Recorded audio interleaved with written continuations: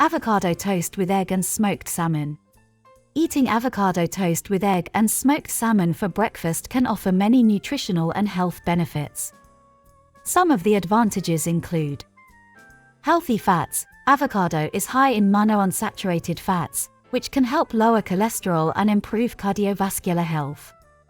High-quality protein. Eggs and smoked salmon are high-quality sources of protein, which are essential for maintaining and repairing muscle and tissue. Omega-3. Smoked salmon is rich in omega-3 fatty acids, which can help improve cardiovascular health and brain function.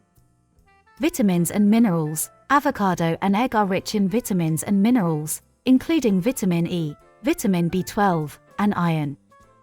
Weight control. Avocado, eggs, and smoked salmon are satiating foods, which can help control appetite and prevent cravings for unhealthy foods throughout the day.